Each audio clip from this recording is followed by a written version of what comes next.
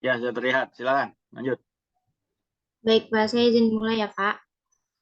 Ya, Ya, silakan. ya baik. Selamat pagi, Pak Agus. Selamat pagi, teman-teman. Ya, jadi kami dari kelompok 4567 akan mempresentasikan hasil diskusi kami terkait graf. Ini untuk yang bagian satu. Karena kita ada 3 bagian. Boleh next? Untuk anggota kelompoknya ada Abdullah, Dastin Vito, Farika Zahra, Muhammad Fauzan, Neisa Ayu, Salwa Salsabila, saya sendiri Tanya Nafra, dan Zidan. Nah, ini untuk materi-materi yang bakal dijelasin. Untuk hari ini ada sejarah graf, definisinya, jenis-jenis, habis itu ada contoh terapannya, terminologi dasar, habis itu juga ada beberapa graf sederhana khusus, sama representasi graf. Ini untuk sejarah graf. Jadi itu menurut catatan sejarah, masalah jembatan Konigsberg itu adalah masalah pertama yang penyelesaiannya menggunakan graf. Ini terjadi di tahun 1736. Dan di kota Konigsberg ini terdapat sungai Pregal yang mengalir mengitari Pulau Kneiphof lalu bercabang menjadi 2 buah anak sungai. Nah, di sini ada masalahnya yaitu ada 7 buah jembatan yang menghubungkan daratan yang dibelah oleh sungai tersebut. Nah, masalahnya tuh apakah mungkin melalui ketujuh buah jembatan itu masing-masing tempat satu kali dan kembali lagi ke tempat semula? Jadi itu maksudnya tuh, bentar, annotate gimana ya? Bagian atas, Oh Tania iya, yang iya, option. iya, udah. Jadi ini kan masalahnya itu apakah mungkin melalui ketujuh buah jembatan itu masing-masing tempat satu kali dan kembali lagi ke tempat semula. Jadi ini ceritanya gambarnya. Nah ini tuh yang meliuk-liuk ini tuh kayak sungainya. Nah biasanya jembatannya jembatan 1, 2, 3, 4, 5, 6, 7. Karena kan keterangannya ada 7 buah jembatan. Nah, jadi itu maksud dari apakah mungkin melalui ketujuh buah jembatan itu masing-masing tempat satu kali. Jadi misalnya kalau kita naik di jembatan satu ini, habis itu kita ke sini, ke sini, ke sini, ke sini, gitu ke sini. Nah, kan kita harus kembali ke tempat semula dan semua jembatan harus dinaikin. Jadi kita harus ke sini lagi kan, yang dimana ini udah apa syaratnya itu udah kesilang gitu kayak udah apa ya nggak bisa gitu karena kan harus naik jembatan harus cuma satu kali gitu kan. Nah, habis itu boleh next. Oh, bentar. Habis itu sebagian penduduk kota sepakat bahwa memang tidak mungkin melalui setiap jembatan itu hanya satu kali dan kembali lagi ke tempat asal asal mula keberangkatan. Tetapi mereka tidak dapat menjelaskan mengapa demikian jawabannya. Boleh next. Nah, habis itu di tahun yang sama, seorang matematikawan Swiss bernama L. Euler adalah orang pertama yang berhasil menemukan jawaban masalah itu dengan pembuktian yang sederhana. Ia memodelkan masalah ini ke dalam graf. Nah, jadi si Euler ini tuh kayak memodelkan masalah ini buat mencari masalah ini tuh dengan graf gitu. Nah, graf itu apa? Jadi tuh di sini di sini kita buat gambar jembatan ini jadi kayak bentuk graf gini, yang dimana cara buatnya itu yang titik C, titik A, titik B, titik D ini tuh daerahnya. Jadi daerah A kita titik di sini A, habis itu C, ini C. Nah, habis itu yang di sini B, di sini B, di sini D, di sini D gitu.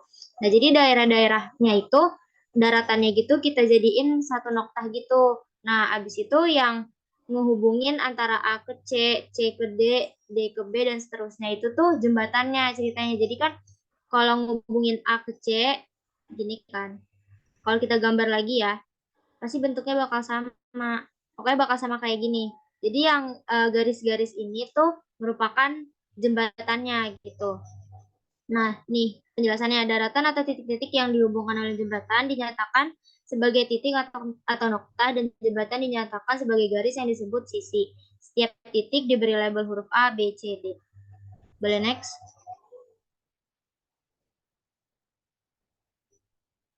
Nah, habis itu nih eh, jawaban yang dikemukakan oleh Euler adalah orang tidak akan mungkin melalui ketujuh jembatan itu masing-masing satu kali dan kembali lagi ke tempat asal keberangkatan jika derajat setiap simpul tidak seluruhnya genap. Nah, maksud dari derajat setiap simpul itu tuh adalah banyaknya garis yang beririsan dengan nokta.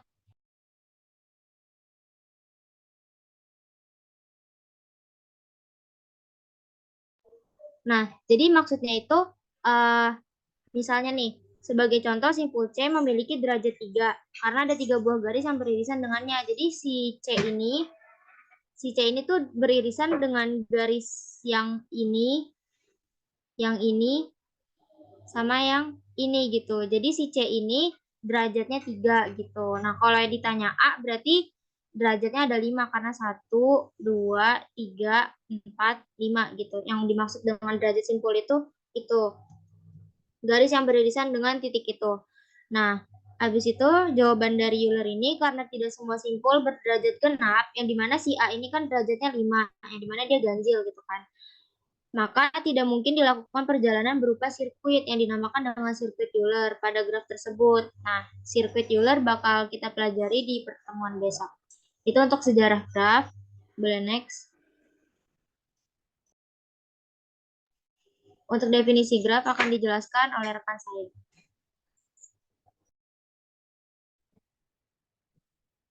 Oke, selanjutnya adalah definisi graf atau notasinya. Jadi untuk graf sendiri dinotasiin tuh misalnya suatu graf G1, G2, atau Gn sama dengan V, E. V itu yang tadi dibilang Tahnia, V adalah simpul-simpul. V atau himpunan tidak kosong dari simpul-simpul atau vertex. Jadi V nggak boleh kosong, tapi kalau sisinya tuh boleh kosong. Kemudian kalau E adalah sisi-sisinya. Himpunan sisi-sisi atau edge yang menghubungkan sepasang simpul. Tulisnya E kecil, E1 sampai EN. Nah, contohnya di sini yang pertama G1, graf sederhana. V-nya itu ada 4 sesuai simpulnya. Ada 4 simpul. 1, 2, 3, 4. Kemudian sisinya atau noktahnya itu ada 1, 2, 3. Ada 5 noktah. 1, 2 artinya dari simpul 1 dan simpul 2. 1, 3. Simpul 1 dan simpul 3. 2, 3 menghubungkan simpul 2 dan simpul 3. 2, 4 dan 3, 4 juga seperti itu. Ini disebut graf sederhana karena sisi-sisinya itu semuanya berderajat 1. Enggak ada yang ganda. Kalau yang sebelahnya ini disebut graf ganda karena sisi-sisinya karena simpul-simpulnya ada yang bernoktah ganda. Contohnya yang di 1,3 ini, di 1,3 ada E3 dan E4 dan itu sama aja disebutnya graf ganda. Untuk V-nya itu ada 4 simpul 1, 3, 4, kemudian E-nya ini ada 7 dari E1 sampai E7.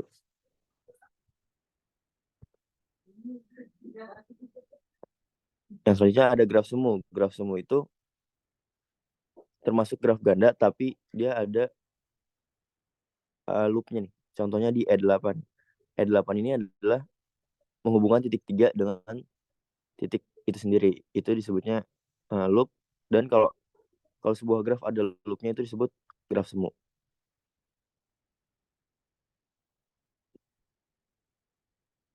Selanjutnya jenis-jenis graf. Berikutnya mengenai jenis-jenis graf. Nah, jenis graf itu bisa dikelompokkan berdasarkan tipenya. Berdasarkan ada tidaknya gelang atau sisi ganda pada suatu graf, maka secara umum graf dapat digolongkan menjadi 2 jenis. Sebenarnya ini tadi sudah dijelaskan di definisi, hanya saja ini lebih ke ciri-cirinya juga. Nah, yang pertama yaitu graf sederhana atau simple graph. Graf sederhana adalah struktur yang terdiri dari titik-titik disebut sebagai vertex atau node yang dihubungkan oleh garis disebut edge atau sisi yang tadi sudah ada di definisinya. Nah, dalam graf sederhana ini tidak ada lebih dari satu sisi yang menghubungkan dua vertex tertentu. Artinya tidak ada sisi ganda atau paralel. Nah, tidak ada sisi yang menghubungkan sebuah vertex ke dirinya sendiri yang graf semut kayak tadi itu yang ada loopnya. Nah, sehingga graf sederhana itu tidak mungkin memiliki loop atau sisi yang membentuk sebuah lingkaran kembali ke vertex asal. Nah, graf ini sering digunakan untuk mewakili jaringan yang sederhana, seperti jaringan komputer di mana titik-titik mewakili komputer dan sisi mewakili koneksi fisik antar komputer.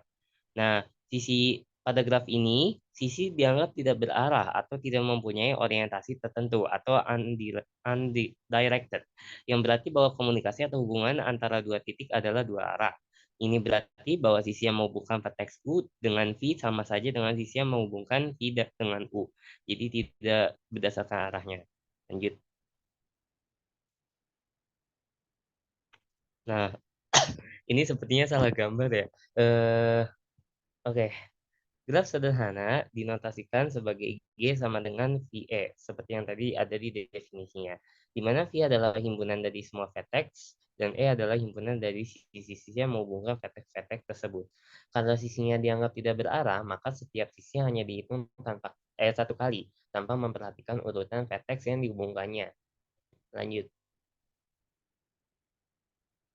Nah, jenis yang kedua yaitu graf tak sederhana atau unsimple graph. Nah, graf ini bisa memiliki sisi ganda atau paralel. Nah, graf ini terbagi lagi menjadi dua jenis. Yang pertama yaitu multigraf atau graf ganda. Graf ini memiliki dua atau lebih sisi yang menghubungkan pasangan vertex yang sama. Nah, dia memungkinkan adanya beberapa jalur antar titik-titik tertentu. Nah, selanjutnya yaitu pseudograf atau graf semu. Ini adalah graf yang mencakup loop, yaitu sisi yang menghubungkan sebuah vertex ke dirinya sendiri. Loop dapat digunakan untuk mewakili subloop dalam jaringan. Lanjut.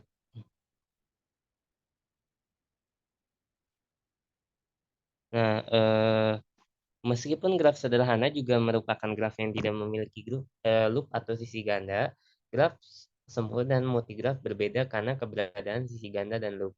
Graf semu lebih umum digunakan dalam pemodelan situasi daripada graf ganda karena kemampuannya untuk menangkap lebih banyak detail dan kompleksitas dan hubungan antara elemen-elemen dalam jaringan. Lanjut. Nah, selanjutnya mengenai kardinalitas graf. Kardinalitas graf merujuk pada jumlah vertex dan sisi dalam graf. Jumlah vertex dinyatakan dengan mutlak V, yang merupakan ukuran himpunan vertex V, dan jumlah sisi dinyatakan dengan mutlak E, yang merupakan ukuran himpunan sisi E. Contoh yang diberikan di gambar menunjukkan graf dengan N sama dengan 4 vertex dan M sama dengan 4 sisi untuk graf atas, untuk G1. Nah, dan ada N sama dengan 3 vertex dan M sama dengan 4 sisi untuk graf bawah. Oke, lanjut. Oke, berdasarkan orientasi arah pada sisi graf, maka secara umum graf dapat digolongkan menjadi dua jenis. Yang pertama adalah graf tak berarah atau undirected graph. Graf ini tidak memiliki orientasi arah. Ini berarti bahwa setiap sisi atau edge yang menghubungkan dua simpul atau vertex tidak memiliki arah dan dapat dilalui dari kedua arah. Pasangan simpul UV sama dengan VU yang menunjukkan bahwa tidak ada perbedaan antara mengambil jalur U ke V dan atau dari V ke U. Makanya tadi dibilang di graf sederhana bahwa dia adalah undirected. Lanjut. Selanjutnya adalah graf berarah. Graf ini memiliki sisi yang berorientasi arah yang ditunjukkan dengan panah. Nah, sisi dalam graf berarah memiliki arah dari simbol awal atau initial vertex ke simbol akhir atau terminal vertex. Pasangan UV berbeda dengan VU karena arah sisinya diperhatikan. Nah, graf berarah sering digunakan untuk menggambarkan proses atau aliran yang memiliki arah tertentu, seperti aliran trafik di jalan raya, di mana satu arah diperbolehkan tetapi arah yang berlawanan tidak. Sisi berarah ini dapat disebut sebagai busur atau arc. Nah, perbedaan utamanya terletak pada keberadaan orientasi arah pada sisi. Nah, pada graf berarah, sisi tidak memiliki arah. Sedangkan pada graf berarah, setiap sisi memiliki arah yang menentukan bagaimana sisi tersebut dapat dilalui. Lanjut. Nah, terkait simpul asal atau dan simpul terminal atau initial vertex dan terminal vertex, simpul asal adalah simpul di mana sisi atau panahnya dimulai. Nah, dalam pasangan terurut, simpul asal adalah simpul pertama. Misalkan, jika ada sisi yang diarahkan dari simpul U ke simpul V, maka U adalah simpul asal. Ini menunjukkan titik awalnya. Sedangkan simpul terminal adalah simpul di mana sisi atau panahnya berakhir. Berarti di sini V-nya adalah simpul terminal. Nah, setiap sisi memiliki arah yang jelas dari simpul asal ke simpul terminal yang menandakan satu arah aliran atau hubungan. Oke, lanjut. Nah, contoh graf berarah adalah seperti ini. Ini sangat kompleks ya. Lanjut. Nah, berikut adalah definisi graf dapat diperluas hingga mencakup graf ganda berarah atau directed multigraph. Ini adalah kombinasi dari graf ganda dan graf berarah. Graf ini memperbolehkan sisi ganda dan sisi berarah, yang berarti bisa ada lebih dari satu sisi yang berorientasi dalam arah yang sama atau berlawanan antara dua simpul. Nah, ini adalah tabel untuk meringkas jenis-jenis graf. Sisi ganda eh, Sisi ganda adalah yang moti, sedangkan sisi gelang itu adalah loop. Baik, lanjut. Selanjutnya mengenai contoh terapan graf. Sebentar, back dulu. Tadi back dulu ya. Jadi ini jenis graf tergantung dari cara memandangnya gitu ya. Dari Ya, graf sederhana dibagi-bagi kan tadi ya. ya, Sederhana, ganda, semu gitu ya. Lalu direct sama indirect gitu ya tadi ya. Nah, ya, cuman ternyata direct indirect itu juga berpengaruh kepada apa namanya jenis grafnya juga yang lain gitu ya. Karena graf yang ganda itu tidak berarah begitu kan ya. ya. Betul ya. Karena dia bisa tiktokan bolak-balik kan gitu ya. Tapi kalau atau sebalik, yang sederhana yang bisa bolak-balik. Benar kok itu yang pertama, Pak. Yang ganda yang bisa bolak-balik gitu ya. Ya, Oke, jadi membedakannya tidak terlalu sulit karena dengan menggunakan tanda panah gitu ya. Artinya dari A ke B itu nggak bisa B ke A kalau dia berarah gitu ya. Kalau tidak berarah, dia akan tidak ada tandanya. Ya, sebenarnya kalau tadi tentang jembatan tadi, ya itu akan melihat kalau dia searah dia seperti apa, tidak berarah dia bisa bolak-balik gitu ya, kira-kira. Sebenarnya begitu ya. Baik, lanjut ke terapannya silakan. Baik, selanjutnya contoh terapan graf. Next saja Fariha. Oke, jadi ini atasnya masih sejarah graf lagi salah. Ini jadi atasnya itu contoh terapan graf. Jadi graf dipakai di berbagai disiplin ilmu maupun dalam kehidupan sehari-hari. Penggunaan graf ini di berbagai bidang tersebut adalah untuk memodelkan persoalan. Contohnya terapan graf pada bidang kelistrikan, kimia, ilmu komputer, dan pertandingan olahraga. Jadi contoh yang pertama itu rangkaian listrik. Jadi untuk yang A ini rangkaian listrik dan yang B-nya ini graf yang menyatakan rangkaian listrik. Oke, next saja. Oke, selanjutnya ini contoh terapannya itu tentang isomer senyawa karbon. Jadi apa itu isomer? Isomer itu adalah senyawa kimia yang mempunyai rumus molekul sama tetapi rumus bangun atau bentuk graf berbeda. Jadi yang pertama ini adalah graf senyawa alkana. Jadi itu ada metana, etana, dan propana gitu. Oke, next saja. Nah, selanjutnya ini ada contoh terapan pada teori otomata. Jadi langsung aja ke penjelasannya. Jadi sebuah vending machine yang menyediakan coklat seharga 15 sen yang mana hanya bisa menerima uang 15 sen sekaligus atau uang 5 sen dan 10 sen secara bersamaan dimasukkan. Apabila dimasukkan koin selain 5, 10, dan 15 sen, mesin akan menolak koin tersebut. Jadi mungkin di sini ada gambarnya jelas juga ada ininya apa? Tandanya ada 5, 10. Jadi sennya tersebut hanya bisa dimasukkan 5 dan 10 sen gitu. Oke, next saja. Nah, selanjutnya ini yang terakhir itu terapan pada turnamen round robin. Jadi, apa itu turnamen round robin? Jadi, turnamen yang setiap tim bertanding dengan tim lainnya hanya sekali disebut turnamen round robin. Jadi, turnamen semacam ini dimodelkan dengan graf berarah, yang dalam hal ini simpul menyatakan tiap tim yang bertanding dan busur menyatakan pertandingan. Jadi, busur A, B berarti tim A berhasil memukul tim B. Jadi, mungkin langsung aja ke gambarnya. Jadi, gambar round robin ini untuk 6 buah tim dan tim 1 ini tidak terkalahkan sedangkan tim 3 ini tidak pernah menang. Lebih jelasnya itu jadi panahnya tuh kalau dari tim 1 itu berarah ke tim yang berbeda, tim 2, 3, 4, 5, 6. Jadi itu menandakan kalau tim 1 menang menang semua terhadap semua tim lainnya. Dan sedangkan untuk tim 3 ini panahnya berarah ke tanda tiganya masing-masing atau titik tiganya. Jadi itu menandakan kalau tim 3 ini tidak pernah menang. Oke, ini mirip ini ya. Jadi kalau bertanding olahraga itu berarti ketemu semua dalam satu grup ya, kira-kira begitu ya? Iya, Pak. Oke, jadi kompetisi penuh ya, full. Oke, lanjut. Ya, lanjutnya terminologi dasar. Silakan. Baik, selanjutnya mengenai terminologi dasar.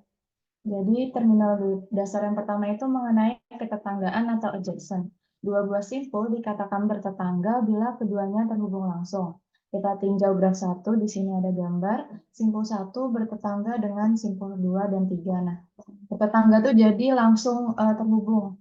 Satu ini kan kedua, ketiga secara langsung. Nah, sementara simpul 1 tidak bertetangga dengan simpul 4, karena simpul 1 ini tidak langsung terhubung ke simpul 4. Yang kedua ada bersisian atau insidensi. Untuk sembarang sisi E sama dengan UV dikatakan E bersisian dengan simpul U atau E bersisian dengan simpul V. Tinjau graf 2, sisi E1 bersisian dengan simpul 1 dan 2. Jadi maksudnya bersisian itu apabila dia punya sisi, ujung-ujungnya itu ada simpul itu gitu. Kayak misalkan E1 ini kan ujung-ujungnya ada simpul 1 dan simpul 2, maka simpul 1 dan 2 ini bersisian dengan sisi E1. Sisi E3 tidak bersisian dengan simpul E2, karena di sini E3 kan ujung-ujungnya 1 sama 3, ya, jadi tidak bersisian sama simpul 2. Selanjutnya, mengenai simpul terpencil atau isolated vertex. Simpul terpencil ialah simpul yang tidak mempunyai sisi yang bersisian dengannya. Kita tinjau graf 3. Simpul 5 adalah simpul terpencil. Karena dia merupakan isolated, tidak punya sisi, maka di sini 5.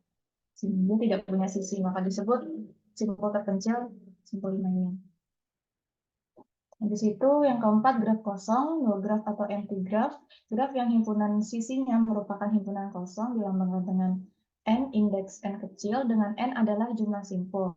Tinjau gambar, gambar tersebut adalah graf N5. Nah, di sini kan simpulnya ada 5 ya, maka bisa ditulis N besar indeksnya. Selanjutnya ada derajat atau degree. Derajat suatu simpul adalah jumlah sisi yang bersisian dengan simpul tersebut dengan notasi dV. Nah, ini udah sempat disinggung di sejarah graf. Misalkan kita tinjau di graf 1. D1 sama dengan D4 sama dengan 2. Jadi kan derajat itu jumlah sisi yang bersisian dengan simpul tersebut. D1 ini punya sisi 1, 2 sama 1, 3. Begitu juga simpul 4, dia punya sisi 2, 4 sama 3, 4. Maka jumlah sisinya ada 2. Sementara kalau misalkan D2 dan D3, ini punya jumlah sisi ada 3. Jadi kalau misalkan kita lihat di 2, ada 21, 23, 24. Yang 3 berarti ada 31, 32, dan 34. Gitu. Masih di derajat, kalau misalkan kita tinjau graf 2 yang gambarnya berbeda, di sini ada sisi gelangnya. Kita tinjau D1. Dia itu punya sisi 3. Berarti kan ada sisi E1, E2 sama E3. Dia itu sisi simpul 1 itu dia berisian dengan sisi ganda. Yang D2-nya dia ada 4 karena dia bersisian dengan sisi gelang. Nah, sebenarnya itu D2 ini harusnya cuma 3 kan, E2, E1, E4. Tapi karena E4 ini langsung terhubung sama sisi gelang, maka dari itu ditambahin 1. Jadi jumlah sisinya itu ada 4. Nah, sekarang kita tinjau graf D3. D4 ini cuman D4 ini hanya punya satu sisi, atau bisa kita sebut simpul anting-anting. Jadi simpul anting-anting itu simpul yang hanya punya derajat 1. Nah, kalau D5 karena dia simpul terpencil dan tidak punya sisi, maka jumlahnya itu 0.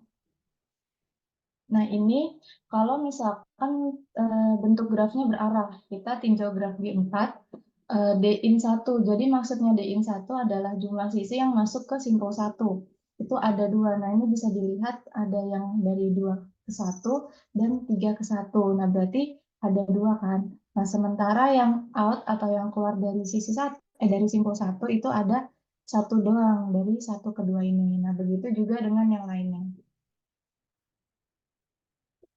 Ini masih tentang derajat, ada yang namanya lemma jabat tangan. Jumlah derajat semua simpul pada suatu graf adalah genap, yaitu 2 kali jumlah sisi pada graf tersebut. Dengan kata lain, G sama dengan P besar E besar, maka jumlah derajatnya itu sama dengan 2 kali sisinya. Nah, dari lemma jabat tangan ini terbentuk teorema, yaitu untuk sembarang graf G, banyaknya simpul berderajat ganjil selalu benar. Nah, ini contohnya G1, G2, dan G3. Misalkan kita hitung semua derajat sisinya nih, tinjau graf 1, D1 tambah D2 sampai D4, itu kalau kita tambahin itu hasilnya 10 atau genap. Begitu juga dengan graf 2, apabila kita tambahin itu 10, dan G3 juga kalau kita tambahin 8. Hasilnya kan genap semua ya, berarti sesuai dengan pernyataan yang sebelumnya. Sekarang lanjut ke lintasan atau pet.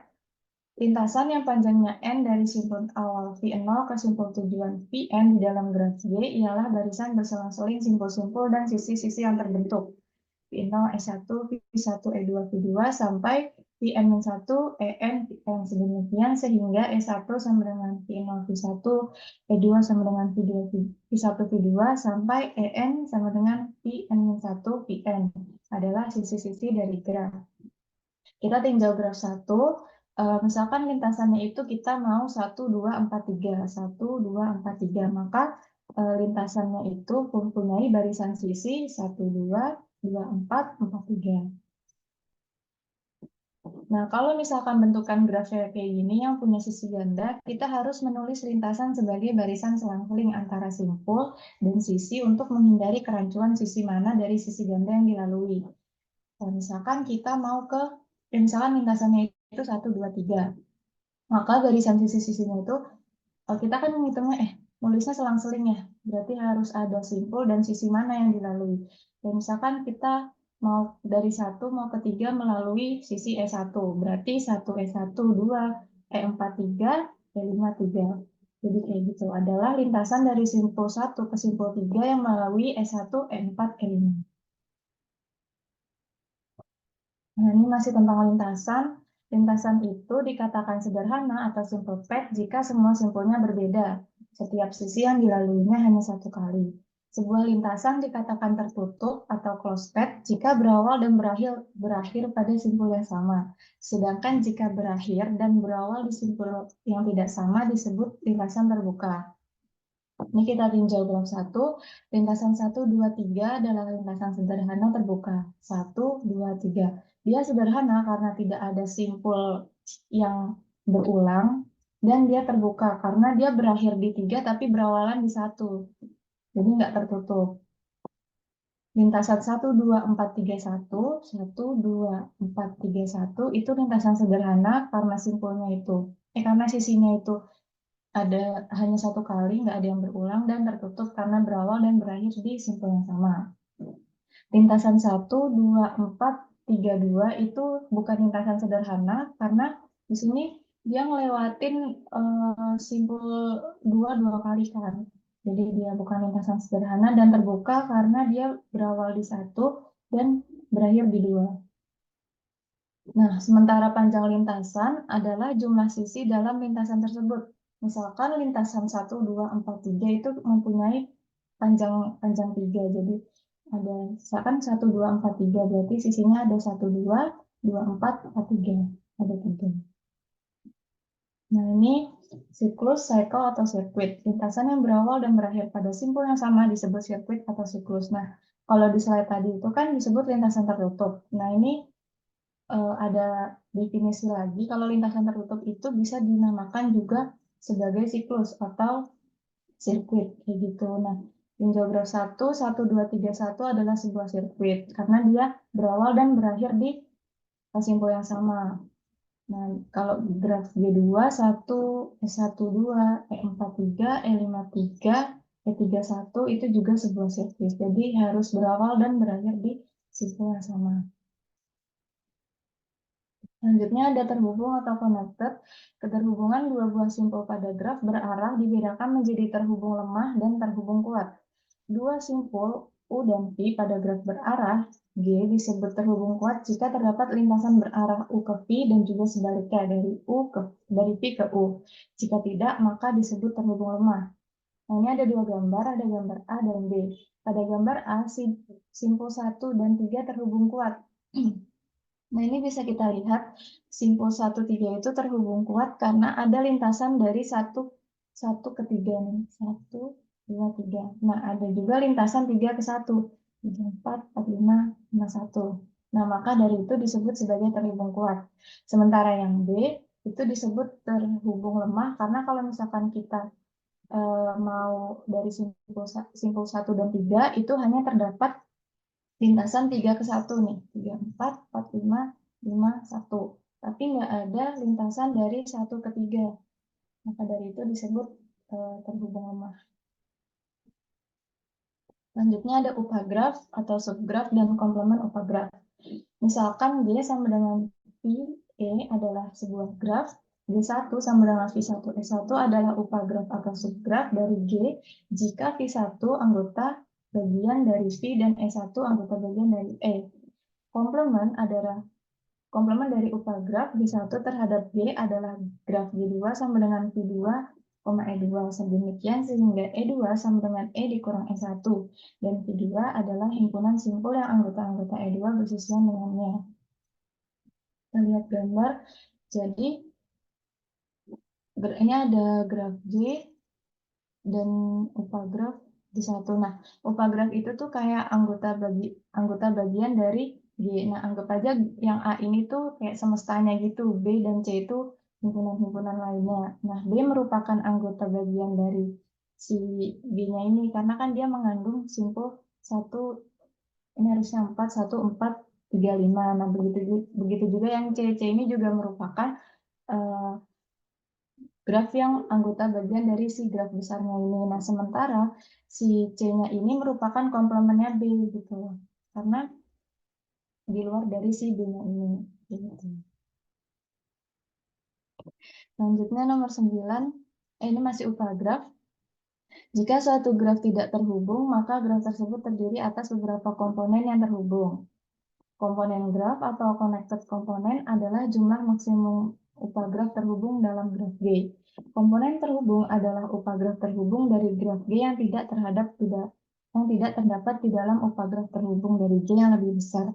Berarti setiap komponen terhubung di dalam graf G saling lepas atau disjoin. Nah, misalkan kita punya graf, nah sebenarnya G1, G2, G3 ini tuh graf G gitu, graf semestanya. Nah, kalau misalkan graf semestanya itu tidak saling terhubung, kayak misalkan nih G1 ke G2 kan nggak terhubung ya, G2 ke G3 nggak terhubung, G1 ke G3 nggak terhubung.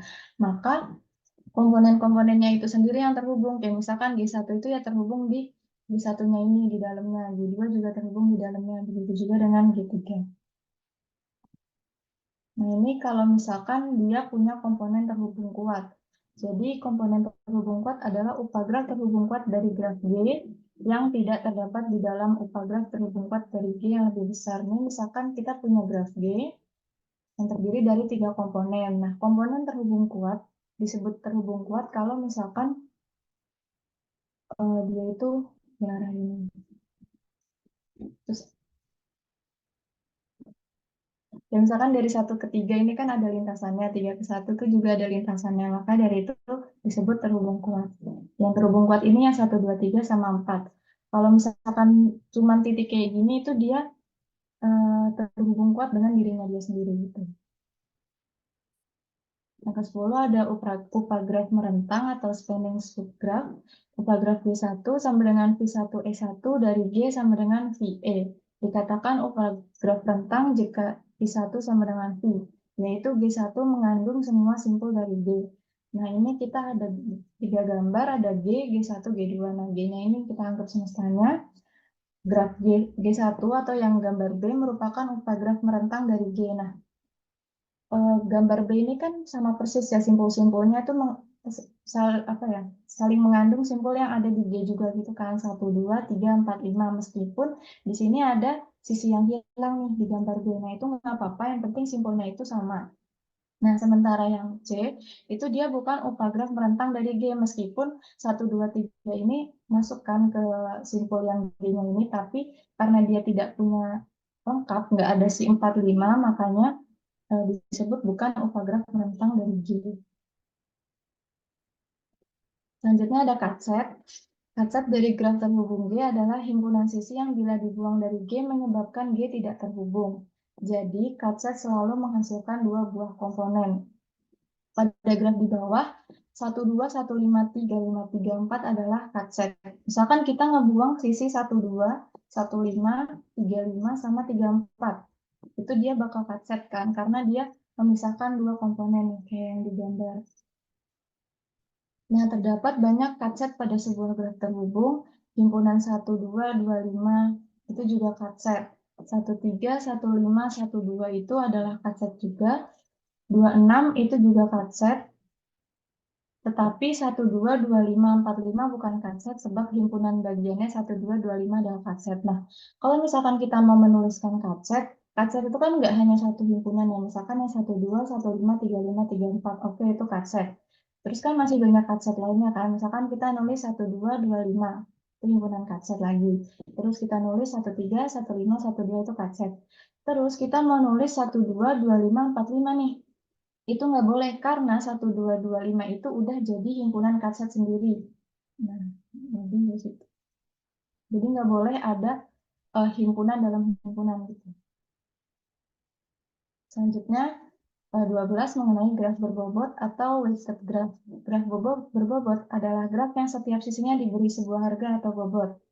Istilah lain yang sering dikaitkan dengan graf berbobot adalah graf berlabel.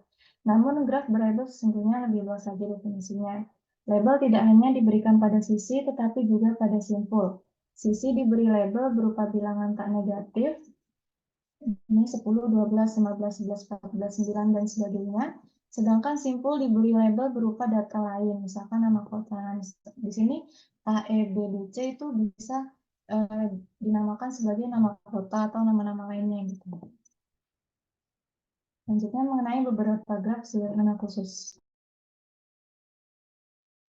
Baik, yang selanjutnya adalah beberapa graf sederhana khusus. Boleh next. Yang pertama ada graf lengkap atau complete graph. Graf lengkap itu graf sederhana yang setiap simpulnya mempunyai sisi ke semua simpul lainnya. Graf lengkap dengan n buah simpul dilambangkan dengan Kn. Setiap simpul pada Kn berderajat n-1. Jumlah sisi pada graf lengkap yang terdiri dari n buah simpul adalah n kali n-1 dibagi 2. Itu diperoleh dari untuk satu buah simpul terdapat n-1 buah sisi ke n-1 simpul lainnya. Maka untuk n buah simpul terdapat n dikali n-1 buah sisi. Karena setiap sisi terhitung 2 kali untuk pasangan simpul yang bersisian dengannya, maka jumlah sisi seluruhnya dibagi 2. Boleh next? Ya, itu contoh dari graf lengkap KN dari 1 sampai 6. Jadi kalau misalnya kita tinjau graf pada K6, itu derajat 5 dan memiliki jumlah sisi sebanyak 15 buah. Boleh next? Selanjutnya ada graf lingkaran atau cycles. Graf lingkaran itu graf sederhana yang setiap simpulnya berderajat 2. Graf lingkaran dengan n simpul dilambangkan dengan Cn. Jika simpul-simpul pada Cn adalah F1, F2, sampai Fn, maka sisi-sisinya adalah F, F2, F2, F3, sampai Fn-1 sampai Fn, dan Fn, F1. Dengan kata lain, ada sisi dari simpul terakhir Fn ke simpul pertama F1. Terus simpulnya tidak kurang dari 3 karena berderajat 2. Dan Masih untuk ya? yang ya, Bukan F, tapi oh saya iya, tadi aku nyari ya. F mana nyata V ya, beda ya. Oke, Iya. lanjut. Nah, jadi yang di bawah itu graf lingkaran cycles dari 3 sampai 6. Simpul 3 sampai simpul 6. Next. Kemudian ada wheels atau roda. kita mendapatkan sebuah roda WN ketika kita menambahkan sebuah simpul tambahan ke sebuah siklus CN untuk N lebih besar sama dengan 3. Roda ini akan membentuk sebuah roda baru dan menghubungkan simpul baru ini ke setiap simpul N di CN dengan sisi baru. Jadi dalam graf yang lingkaran tadi kita tambahin satu simpul lagi di perpotongannya. Terus kita hubungin dengan sisi yang baru. Boleh next. Selanjutnya ada N-cubes atau hypercube N dimensi. Dilambangkan dengan UN adalah sebuah graf yang memiliki simpul-simpul yang merepresentasikan dua pangkat N bit string dengan panjang N. Dua simpul bersebelahan jika dan hanya jika bit string yang direpresentasikannya berbeda tepat satu posisi bit. Perhatikan bahwa kita dapat membangun N+1 kubus Qn plus 1 dari kubus N Qn dan membuat dua salinan dari Qn dengan mengawali label-label pada simpul-simpul dengan 0 pada satu salinan dari Qn dan satu pada salinan-salinan Qn yang lain dan menambahkan sisi-sisi yang menghubungkan dua simpul yang memiliki label yang hanya berbeda pada bit pertama. Nah, kemudian ini ada gambarnya. Dari Q1 ini kita dapat duplikat jadi yang ke bawah sama yang ke atas. Jadi yang bawah kita tambahin 0 di depannya, terus yang atas kita tambahin 1 sama 1. Yang ini. Sama ini. Lalu kita hubungin sama sisi yang baru. Lalu untuk membangun Q3 kita dapat mensalin Q2 sebagai bagian atas dan bagian bawah dari Q3. Kemudian menambahkan 0 di awal label dari setiap simpul di sisi bawah dan 1 di awal label setiap simpul di permukaan atasnya. Jadi di sini sama di sini. Lalu kita hubungin sama sisi-sisi yang baru. Boleh.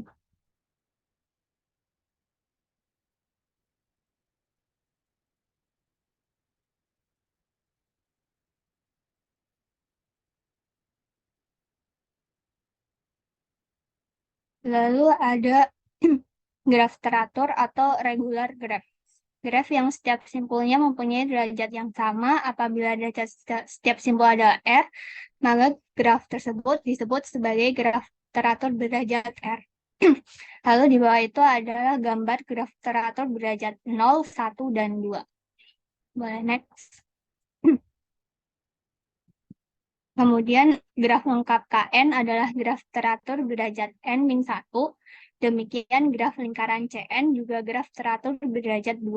Mudah dihitung bahwa jumlah sisi pada graf teratur R dengan N buah simpul adalah NR dibagi 2. Yang di bawah adalah graf teratur berderajat 3 masing-masing dengan 4, 6, dan 8 simpul. Boleh next. Kemudian ada contoh soalnya, berapa jumlah maksimum dan jumlah minimum simpul pada graf sederhana yang mempunyai 12 buah sisi dan setiap simpul berderajat sama yang lebih besar sama dengan 3. Jadi penyelesaiannya, setiap simpul berderajat sama berarti graf teratur. Jumlah sisi pada graf teratur berderajat R adalah E sama dengan NR per 2, di mana E itu adalah sisi, N adalah simpul, dan R itu derajatnya. Kemudian untuk mencari simpulnya adalah kita balik rumusnya jadi 2E per R. Lalu kita punya sisinya itu 12, maka 2 kali 12 dibagi R sama dengan 24 per R. Boleh next. Kemudian untuk R sama dengan 3, jumlah simpul yang dapat dibuat adalah maksimum, yaitu N sama dengan 24 dibagi 3 sama dengan 8. Kemudian untuk R yang lain atau R lebih besar 3 dan R merupakan pembagi bilangan bulat dari 24. Selanjutnya, boleh nih. Jadi misalkan R-nya adalah 4, maka simpulnya adalah 24 dibagi 4 sama dengan 6. Lalu jika R-nya itu 6, maka simpulnya ada 4 dan itu tidak mungkin membentuk graf sederhana karena kita punya 12 sisi tapi kita punya simpulnya 4. Jadi bakalan bentuk simpul yang berganda atau yang pakai loops-nya. Kemudian yang R-nya 8, R-nya 12, dan R-nya 24 itu juga tidak mungkin membentuk graf sederhana. Jadi jumlah simpul paling sedikit itu 6 buah dan paling banyak adalah 8 buah. Boleh next?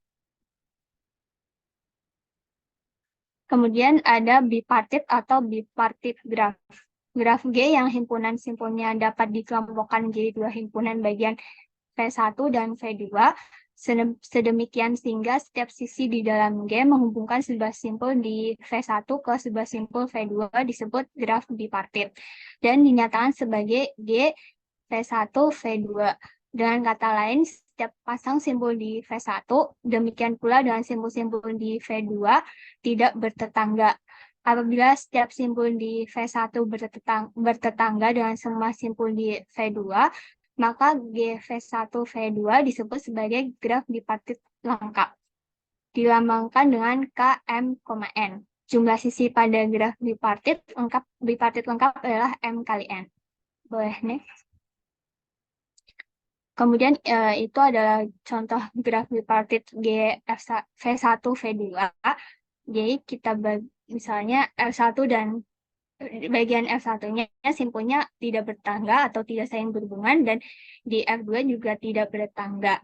Kemudian ada graf lengkap K2 adalah graf bipartit. Jadi misalkan simpul yang sebelah kiri itu V1, kemudian yang sebelah kanan itu F2.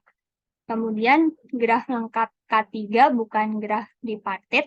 Untuk menunjukkan K3 bukan graf bipartit, bagilah simpul-simpulnya menjadi dua bagian V1 dan V2. Yang dalam hal ini V1 berisi satu buah simpul dan V2 mengandung dua buah simpul. Ternyata dua simpul di V2 terhubung oleh sebuah sisi. Hal ini jelas tidak sesuai dengan definisi graf bipartit. Jadi yang V1-nya itu yang di atas, kemudian yang V2-nya itu simpul yang di bawah. Dan simpul yang di bawah itu kan dihubungkan oleh sebuah sisi. Jadi tidak sesuai dengan definisi graf bipartitnya. Boleh next. Kemudian ada contoh grafnya. Graf di atas adalah graf bipartit karena simpul-simpulnya dapat dibagi menjadi V1 yaitu A, B, D, dan V2-nya itu C, E, F, G. Dan setiap sisi menghubungkan simpul di V1 ke simpul di V2. Boleh next. Kemudian ada lagi graf bipartit lengkap K2,3, kemudian K3,3, dan K2,4. Boleh next. Kemudian ada contoh graf lagi. Misalkan ada 3 buah rumah H1, H2, dan H3. Masing-masing rumah dihubungkan dengan 3 buah utilitas yaitu air, W, gas, G, dan listrik, E. Dan alat pengantar berupa pipa, kabel, dan sebagainya. Jadi bisa kita lihat antara H1, H2, H3 itu nggak berhubungan oleh sisi, makanya ini graf bipartit. Lalu H1 F1-nya itu H1, H2, H3, kemudian V2-nya itu W, G, dan E. Itu saling terhubung, jadi termasuknya graf bipartit. Boleh next. Kemudian ada graf topologi bintang atau star topologi. Ada pada jaringan komputer LAN. Di sini V1 berisi simpul di pusat, sedangkan V2 berisi simpul-simpul sisanya. Graf topologi bintang dengan N simpul atau N adalah terminal komputer adalah graf K1, N. Jadi gambarnya ada di bawah. Boleh next. Oke, selanjutnya ada representasi graf. Selanjutnya ada representasi graf. Boleh lanjut. Terdapat 3 macam representasi yang akan kita pelajari dan sering kita gunakan, yaitu yang pertama ada matriks ketetanggaan, yang kedua matriks persisian, dan yang ketiga senarai ketetanggaan. Nah, yang pertama itu ada matriks ketetanggaan atau adjacency matrix. Matriks ketetanggaan merupakan representasi yang paling umum. Dapat dimisalkan matriks A berelemen AIJ. AIJ sama dengan jika simpul I dan J bertetangga, maka bernilai 1, dan jika simpul I dan J tidak bertetangga, maka bernilai 0. Karena matriks ketetanggaan berisi 0 dan 1, maka sering juga disebut dengan matriks 01 atau 01. Elemen matriks 01 ini juga bisa disebut bisa dinyatakan dengan nilai false itu buat 0 dan true itu buat nilai 1. Boleh next. Kemudian ada matriks ketanggaan untuk graf sederhana yang tidak berarah itu akan selalu simetris, sedangkan yang untuk yang tidak berarah itu selalu simetris, dan untuk graf berarah matriks ketetanggaannya belum tentu simetris. Selain itu, diagonal utama pada matriks itu selalu 0 karena tidak ada sisi gelang atau sisi loop kecuali matriks tersebut memiliki sisi ganda atau sisi loop. Kemudian matriks ketetanggaan tidak dapat digunakan untuk merepresentasikan graf yang memiliki sisi ganda atau graf ganda, tapi kita juga bisa menyiasati dengan elemen AIJ pada matriks ketetanggaan sama dengan jumlah sisi yang berasosiasi. Itu maksudnya setiap elemen AIJ pada matriks menunjukkan jumlah sisi yang terhubung antara simpul VI dan VJ. Jadi kalau misalnya graf itu memiliki sisi ganda, jumlah sisi yang terhubung tidak hanya bernilai 0 dan 1, bisa lebih juga. Kemudian untuk graf semu, gelang atau loop pada simpul yang berdekatan dinyatakan dengan nilai 1 di matriks ketanggaannya. Boleh next. Kemudian ada derajat tiap simpul I dapat dihitung dari matriks ketanggaan. Untuk graf tidak berarah, dvi-nya itu sama dengan sigma j sama dengan 1 sampai n dari AIJ. Untuk graf berarah, din itu jadi yang untuk yang derajat simpul masuknya sama dengan jumlah nilai pada kolom J, itu sigma I sama dengan 1 sampai n AIJ. Dan untuk yang derajat simpul keluarnya atau D out VI itu jumlah nilai pada kolom I. Itu berarti sigma J sama dengan 1 sampai N AIJ. Next. Di sini ada contoh soal 1.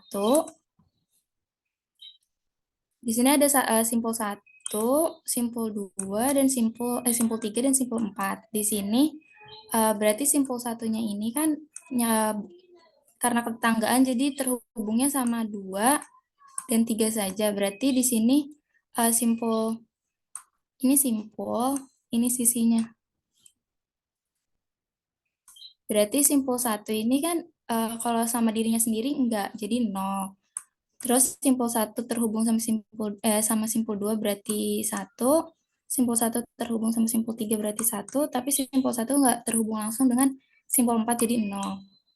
Nah, simpul 2 ini juga terhubung sama simpul 1, simpul 3, dan simpul 4. Berarti simpul 2 ini terhubung sama simpul 1 berarti bernilai 1, kalau sama dirinya sendiri 0, dan sama simpul 3 bernilai 1, sama simpul 4 juga bernilai 1.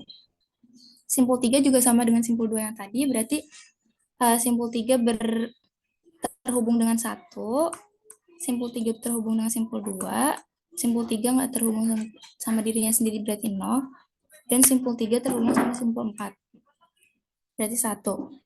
Kemudian simpul 4 ini terhubungnya cuma sama simpul 2 dan simpul 3 saja. Berarti yang bernilai 1 itu hanya simpul di simpul yang ini, 2 sama 3 berarti yang ini, yang 1, yang lainnya 0. Kemudian untuk menghitung derajat simpul, di sini ada derajat simpul 2. Derajat simpul 2 itu berarti yang dihitung yang ini. Ya, berarti 1 ditambah 0 ditambah 1 tambah 1. Berarti derajat simpul 2 ini itu 3.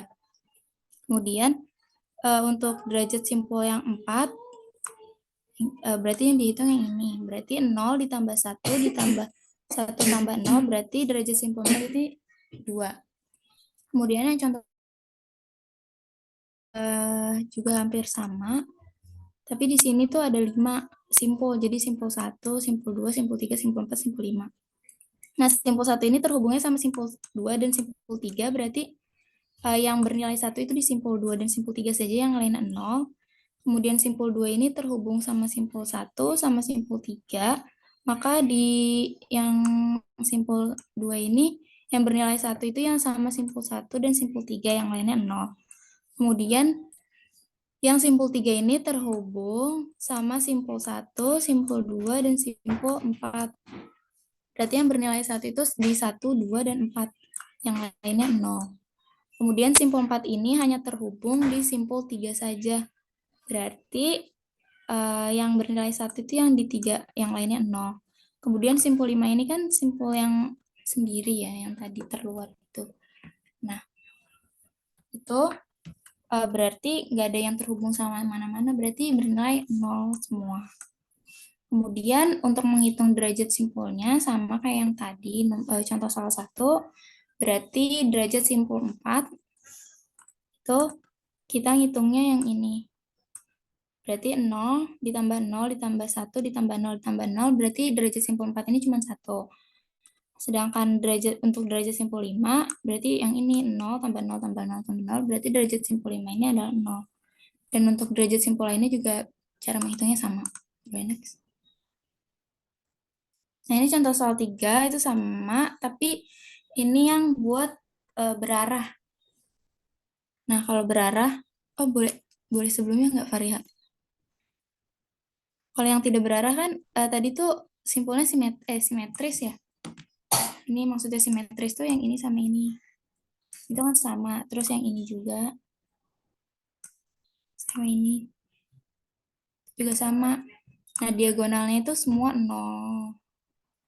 Ini juga sama. Ini sama ini kan simetris. Terus yang ini sama ini juga simetris. Nah, diagonalnya juga 0 semua. Jadi, kalau yang tidak berarah itu pasti selalu simetris untuk matriksnya. Boleh next.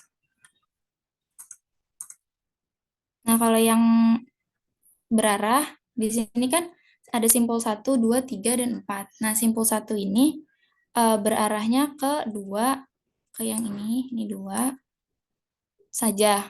Berarti yang bernilai 1 itu cuman yang ke simpul 2-nya aja, yang lainnya 0. Nah, simpul 2 ini berarahnya ke simpul 1, simpul 3, dan simpul 4.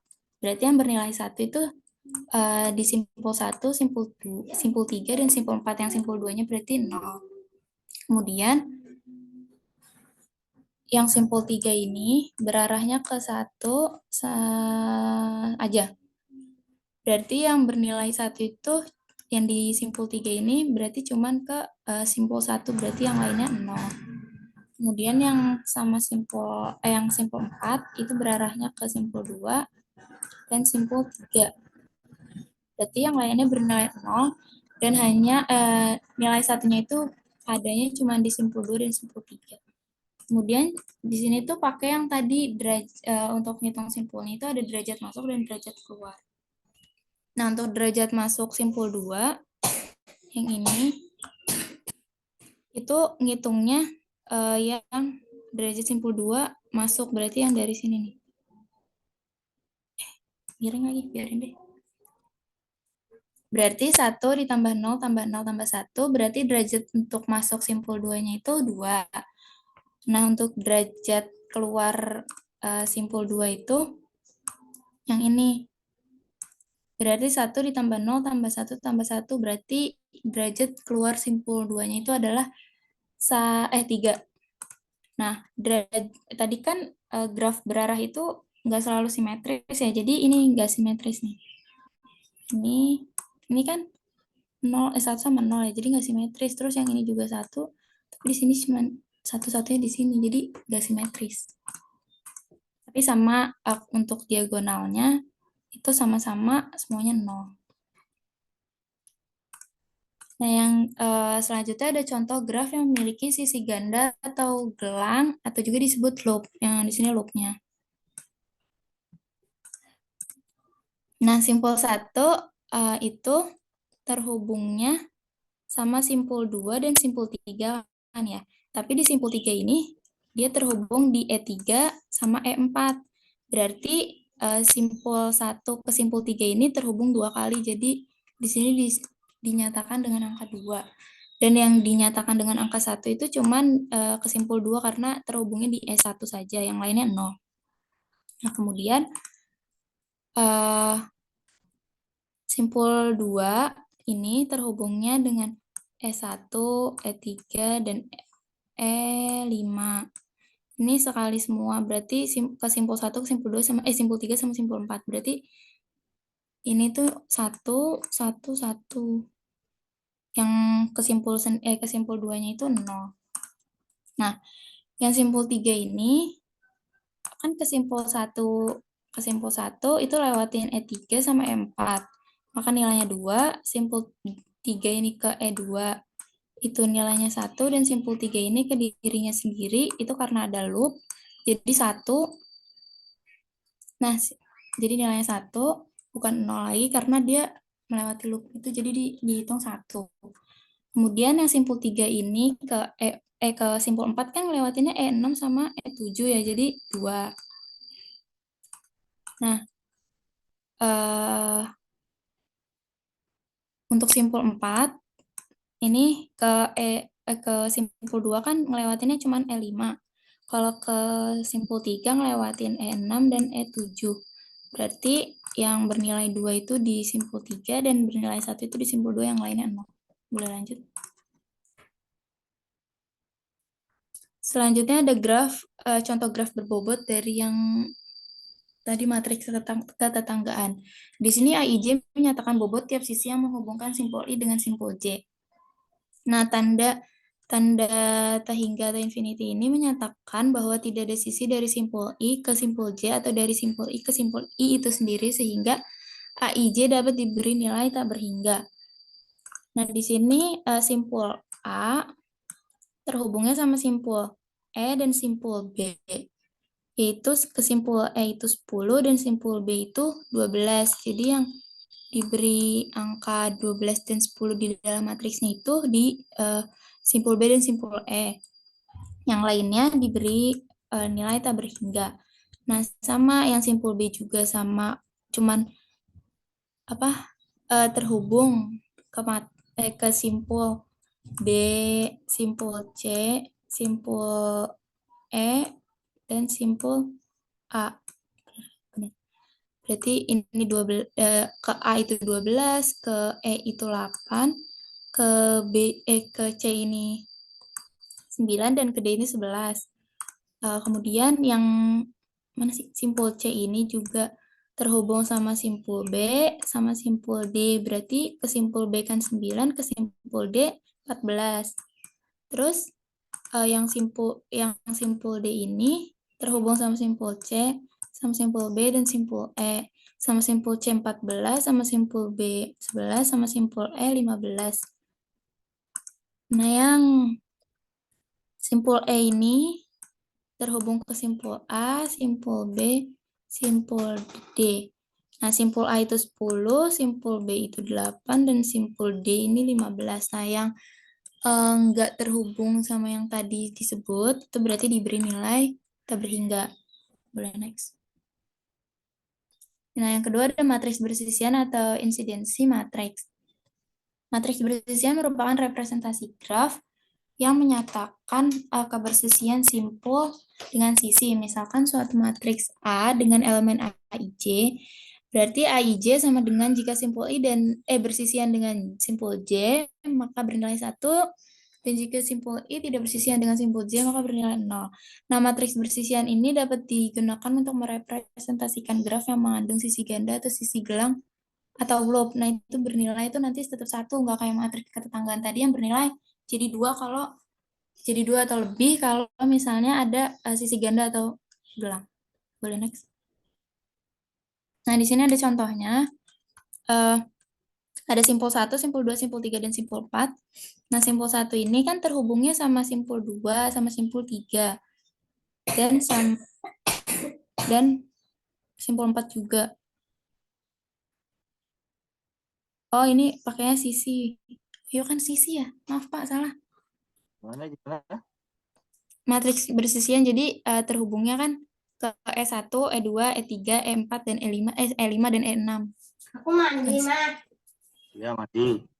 Ya, berarti simpul 1 ini kan sama E1 itu 1 kali. Terus simpul 1 ini juga ke E2 ini sekali, simpul 1 ini ke E4 juga sekali.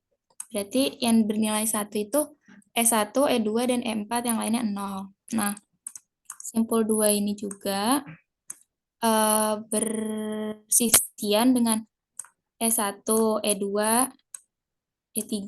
Ya, berarti yang bernilai 1 itu E1, E2, E3, yang lainnya 0. Coba, sebentar. Back dulu, back. Tadi pengertiannya apa? Simpul dengan sisi, menyatakan kebersisian simpul dengan sisi, Pak. Oke, ya. Nggak takut cara bacanya salah, beda.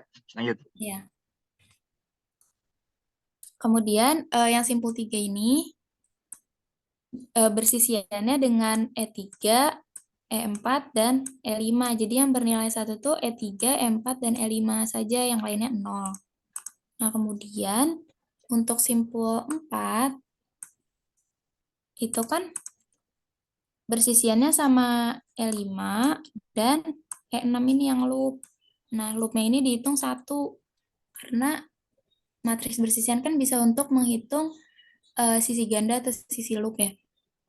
Jadi yang bernilai 1 itu di E5 dan E6, yang lainnya 0. Boleh next. Nah, yang ketiga atau yang terakhir itu ada senarai ketetanggaan atau adjacensialis.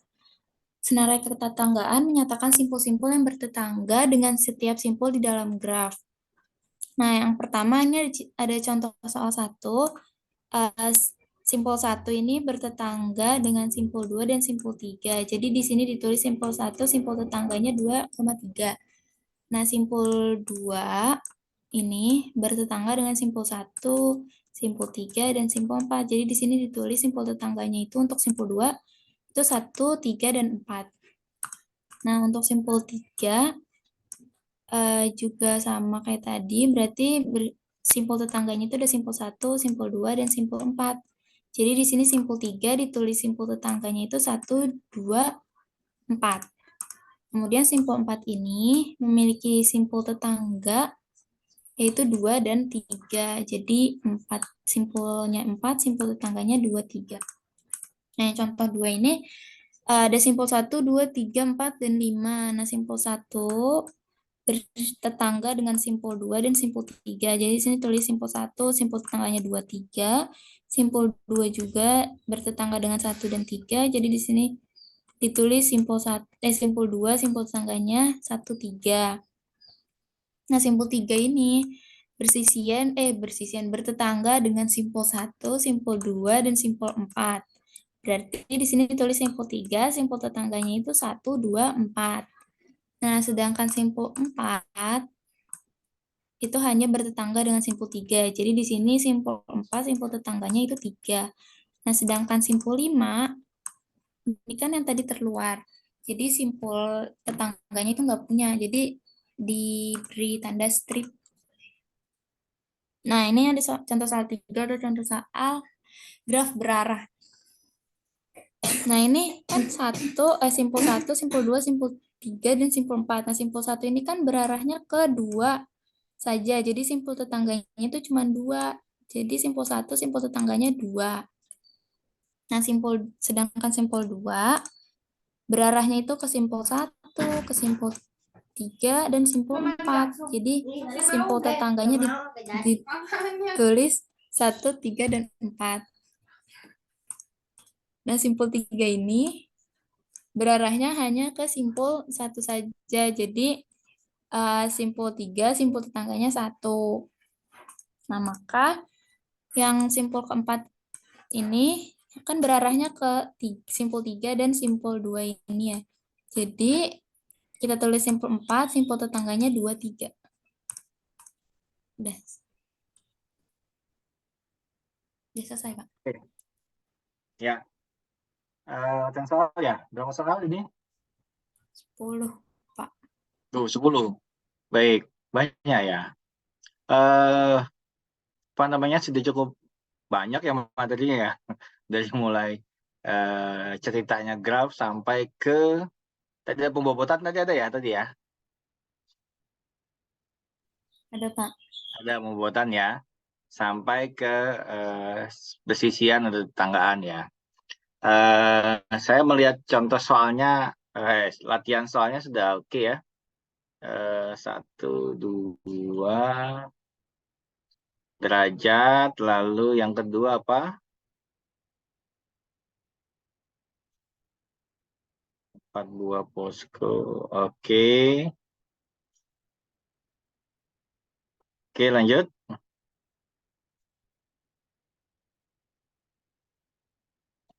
Iya.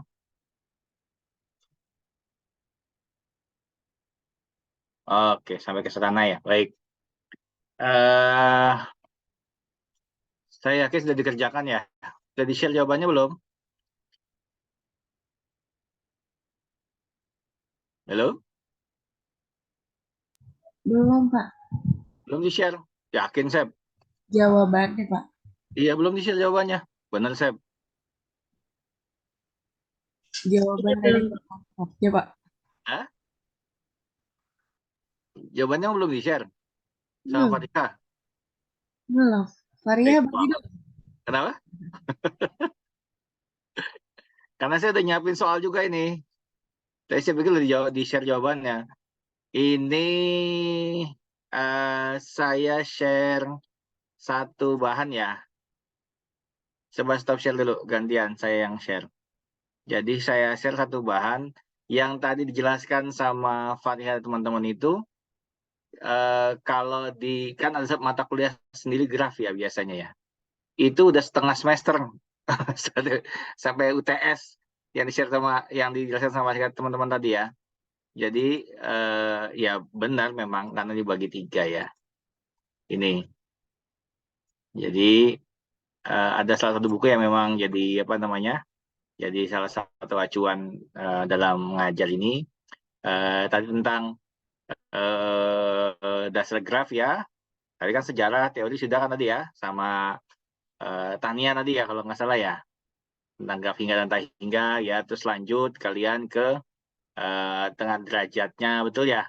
Lalu ada pet, jejak, lintasan dan sebagainya gitu ya, jalan gitu ya. Lalu ada implementasinya graf sebagai model matematika dan aplikasi segala macam gitu ya. Sampai ke pertemuan 4-nya silsilah keluarga, ini aplikasi dari graf ya. Terus notasi himpunannya gitu ya. Dan notasi matriksnya tadi sudah kan saya dijelaskan 0 itu maknanya apa, 1 itu maknanya apa gitu ya. Terus lalu ada ketetanggaan dengan notasi matriksnya, lalu ada graf lengkap, lalu subgraf tadi udah ya semuanya ya. Dan terakhir itu ada tentang bipartit, komplement, isomorfis dan sebagainya. Tadi udah semua kan ya ini ya, betul? Halo? Iya, Pak. Oke. Nah, itu 7 pertemuan yang pekan depan Euler ya sama Hamilton. Betul Fatika? Iya, Pak, benar, Pak. Iya. Jadi kalau kamu lihat ini udah pertemuan 8 berarti kan udah sampai UTS ya. Jadi dia jelaskan itu dalam waktu 1 jam lebih dikit itu sampai UTS ya. Jadi padat banget materinya, tapi saya sangat menghargai mengapresiasi yang dilakukan oleh kelompok ini ya. Kelompok 4, 5, 6 ya, betul ya? 4, 5, 6, 7, Pak. 4, 5, 6, 7 ya, cukup banyak ya. Jadi saya berasumsi dengan 10 soal yang diberikan sama teman-teman kelompok ini harusnya bisa dilakukan. Nanti saya tambahkan, nanti saya share aja buku ini ya. Sebenarnya saya udah buat ini. Jadi tambahkan ini, ditambahkan di masing-masing uji kompetensi untuk setiap pokok bahasannya yang tadi ya. Kalau mau pakai buku ini boleh, atau saya sudah coba tuangkan ke dalam PowerPoint-nya. Ya, sebenarnya nambahin aja sih, biar tambah lengkap. Ini tadi tentang sejarah gitu ya. Lalu, enggak, saya nggak pakai sejarah kalau nggak salah deh ini. Pakai ya. Lalu ada degree-nya, ya. Lalu ada model matematika dalam bentuk graf sebagai matematika. Lalu ada aplikasi grafnya. Lalu ada tentang loop ya, notasi himpunan dan sebagainya. Lalu ada materi ketanggaan, dan terakhir itu tentang yang bipartit dan sebagainya. Tapi nanti kalau bisa pelajari lagi lebih lanjut, nanti saya share ke Adita ya untuk materi yang buku tadi. Gitu ya. Baik, sampai sini saya kira nggak ada pertanyaan ya, karena cukup banyak, bingung nanya nanti ya. Apa ada pertanyaan dari yang lain, teman-teman yang lain? Saya asumsikan sama kayak Adita geleng-geleng ya, walaupun yang lainnya nggak on cam ya. Ketawa aja Nesya. Dari mata ketawa, Nesya lagi ketawa itu. Baik, silahkan dikerjakan 10 soal. Apa namanya? Kita coba sampai jam 10:10 ya. Setelah itu kita coba bahas. Nanti yang soal dari saya bisa jadi tugas. Dan yang saya berikan memang soal. Saya juga belum nyari jawabannya. Nah, biasanya sih kalau begitu saya nanti ngasih usul kematian buat soal UAS ya, biasanya. Jadi kalau kalian kerjakan itu siapa tahu ada yang keluar ya. Gitu. Senyum aja Dita, udah ketahuan soal the spill duluan ya. Baik, silakan ya. 30 menit sampai jam 10 enggak, 30 menit lebih ya. Sampai jam 10 kurang 10 maksudnya. Betul ya? 30 menit ya. Oke, silakan dikerjakan dulu. Di-share aja apa namanya? Udah di-share ya soalnya? Sudah, Pak. Ya, oke. Lanjut ya, silakan. Setengah jam dari sekarang.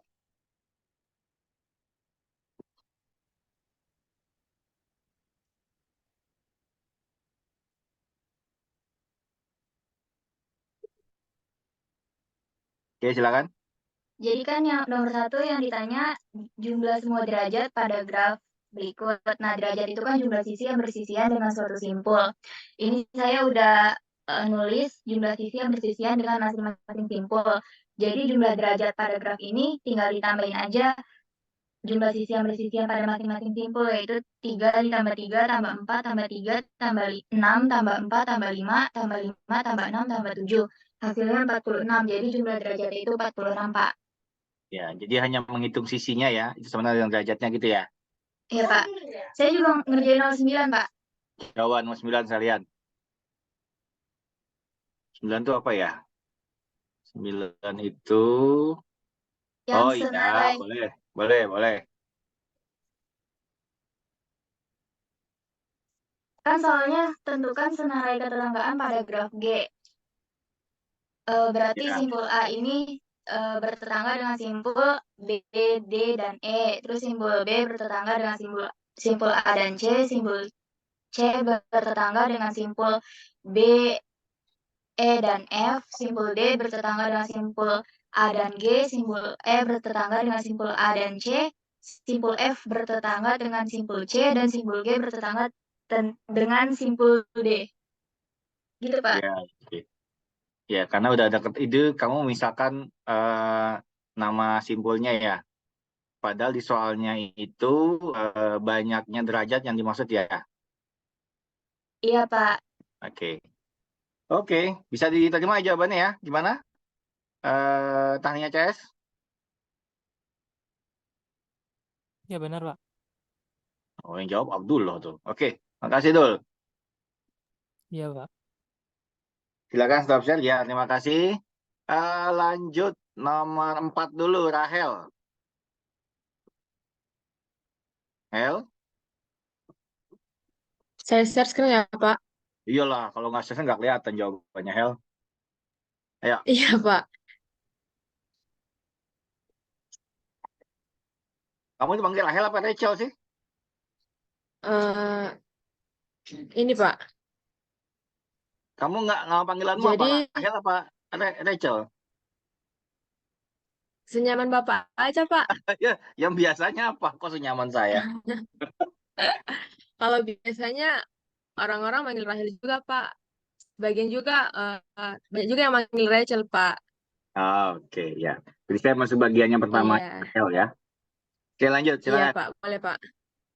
Jadi soalnya itu 4 buah posko tentara dibangun untuk mengantisipasi pergerakan musuh agar dapat memberikan informasi secara efisien. Dibangun alat komunikasi berupa kabel yang terhubung dari semua posko ke setiap posko lainnya. Tentukan berapa banyak kabel yang dibutuhkan untuk menghubungkan keempat posko tersebut. Jadi dengan menggunakan rumus graf teratur, di sini saya menggunakan ada 3 cara, Pak. Terus hasilnya juga sama. Jadi yang pertama itu ada E sama dengan NR per 2. N-nya itu kan ada 4 buah. Jadi 4 dikali 3. Saya dapat R-nya itu 3 karena dari gambar tersebut ini ada 4 sisi. Sisi 1, 2, 3, 4. Jadi untuk mengetahui R-nya kan kita bisa menghubungkan dari sisi 1 ke 4, dari sisi 1 ke 2, sisi 1 ke 3. Jadi dapat R-nya sama dengan 3. Jadi E-nya itu ada 4 kali 3 per 2. Jawabannya juga 6. Kemudian Dulu ada juga Rahel, menggunakan rumus. Rahel. 1, 2, 3, Kenapa, 4 sih. 1, 3, 4 bukan sih, namanya apa? Sisi apanya, Pak? Yang mana, Pak? 1, Maaf, Pak. 2, 3, 4 itu bukan sisi, tapi simpul. Simbol ya, Pak? Ya, Iya, benar-benar. Maaf, Pak, simbol. karena sisi di sini beda makna dengan simpulnya gitu ya. Jangan sampai salah Iya, Pak. mendeskripsikannya. Oke, Iya, lanjut. Pak. Maaf, Pak. Jadi simbol 1, 2, 3, sama 4. Kemudian menggunakan rumus yang kedua, itu menggunakan yang sederhana, yaitu N, buka kurung N dikurang 1 per 2. Jadi 4 dikali 3 per 2, 12 per 2, juga jawabannya 6. Terus menggunakan rumus kombinasi, 4C, 2 itu jawabannya juga 6. Jika dilihat juga dari gambar, secara logika juga kita bisa secara logika ya, tentukan berapa banyak kabel yang dibutuhkan untuk menghubungkan keempat posko tersebut. Jadi kita harus menggambarkan 4 simbol tersebut. Kemudian kan ditanya berapa banyak kabel. Jadi keempat tersebut itu harus terhubung. Jadi dari 1 ke 4, dari 1 ke 2, dari 1 ke 3, kemudian dari 2 ke 3, 2 ke 1, 2 ke 4, dan selanjutnya. Jika dihitung kan ada 1, 2, 3, 4, 5, 6. Jadi banyak kabel untuk menghubungkan keempat posko tersebut ada 6 kabel. Begitu, Pak. Baik. Terima kasih, Rahel. Tahan dulu ya. Jadi Rahel memisalkan 4 posko ini sebagai masing-masing simpul ya. Simpul 1 berarti posko pertama, simpul 2 posko kedua, simpul 3 posko ketiga, dan simpul keempat posko keempat gitu ya. Jadi dari masing-masing simpul ini ada catatan harus terhubung setiap simpulnya ke simpul yang lainnya gitu ya. Jadi karena kalau komunikasi berarti kan nggak mungkin saat satu mau menghubungi 3 itu melalui 2 gitu ya.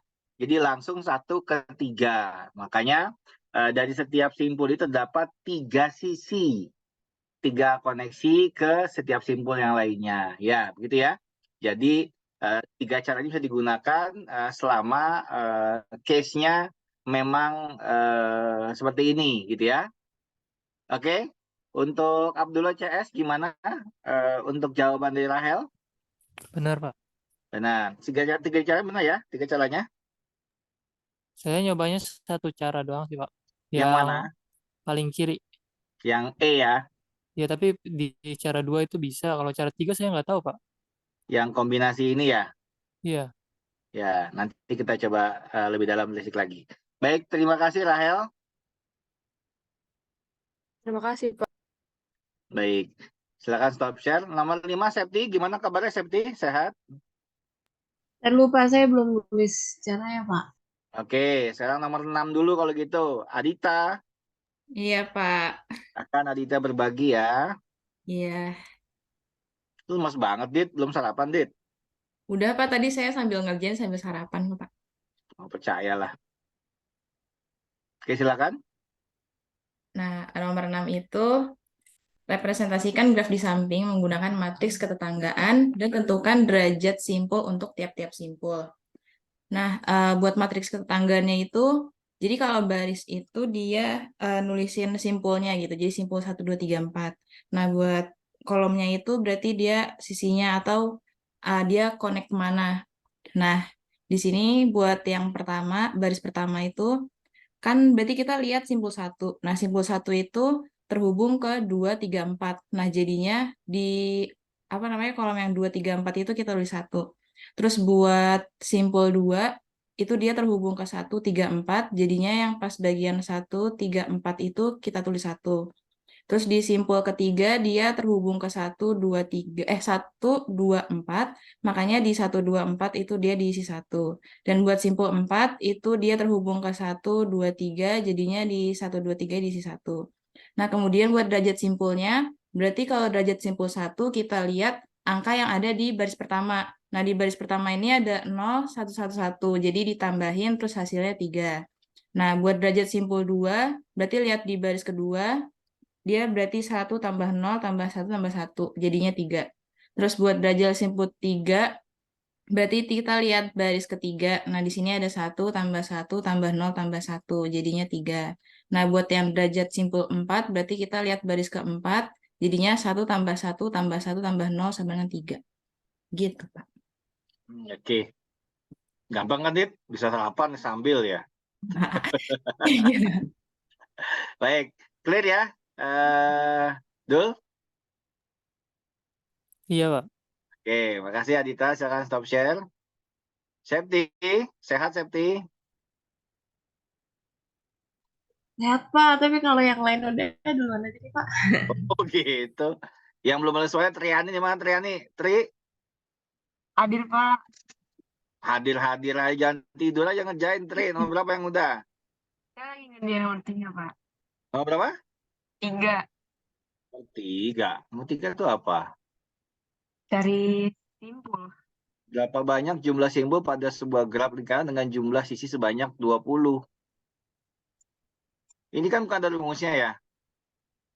Iya, Pak. Belum, Tri. Hah? Belum. Lu yang tadi yang ganjil genap itu loh. Betul nggak?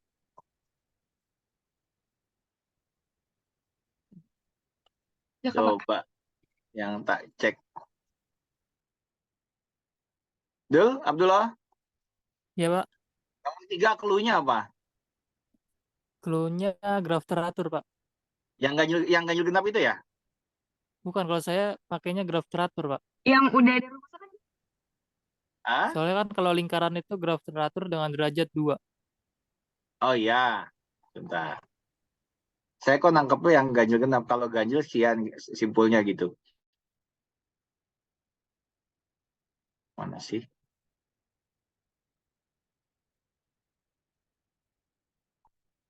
Yang lain silakan. Yang ingin mencoba menyelesaikan. Nomor berapa? Nomor kayaknya padanannya nomor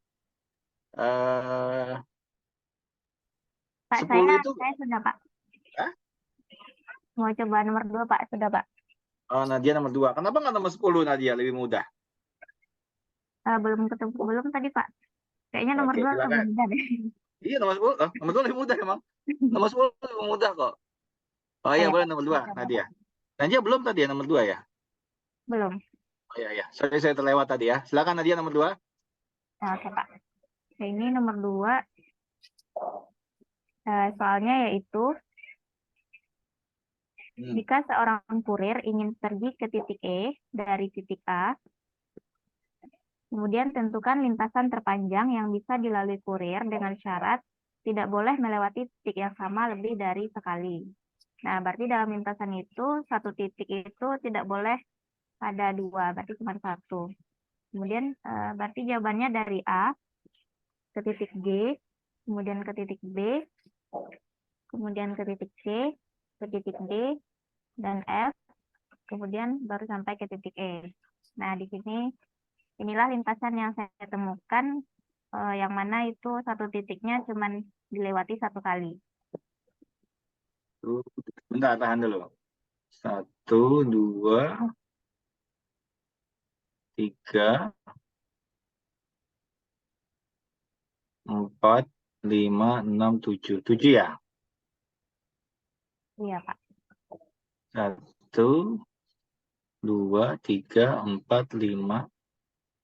Oh, nggak bisa. 1, 2. Oh, bisa. Bisa juga dari A ke F dulu ya? ke F dulu ya, Pak. Dari A Coba, ke kalau F, dari dari A ke F, berarti habis itu ke G, ya, ke B, habis itu ke C. C, Ya, sama terus D. D, Oh, F-nya baru udah E. ya?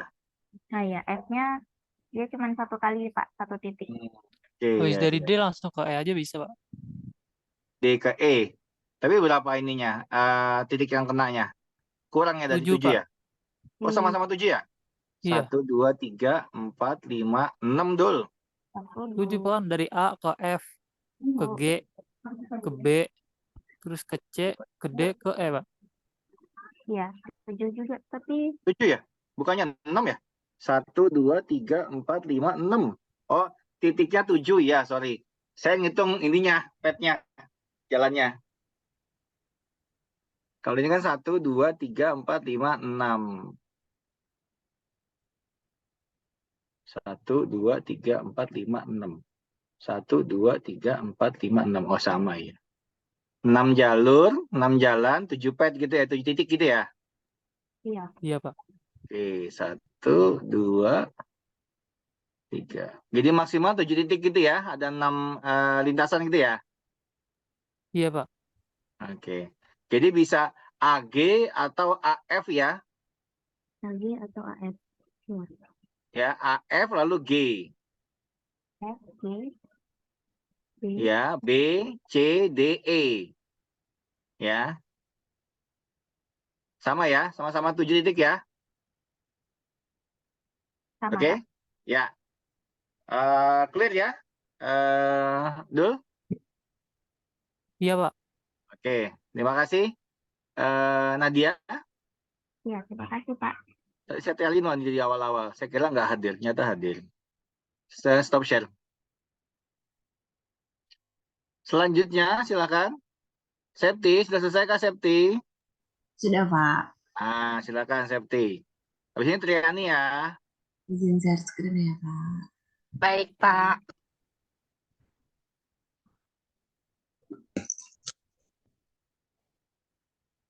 Sudah Oke, terlihat, Pak. silakan. Ya, jelas. Nomor 5 itu soalnya sebuah graf memiliki simpul sebanyak 4 buah dan memiliki jumlah graf sebanyak 12. Tentukan Total banyaknya. derajat bukan jumlah graf. Kenapa? Total grafnya, total Total lintasannya. derajatnya. Itu salah tulis. Derajatnya, ya. Ya, Total total derajatnya. derajatnya. Total derajatnya. Tentukan banyak sisi pada graf tersebut. Kan tadi ada 4 simpul, Pak.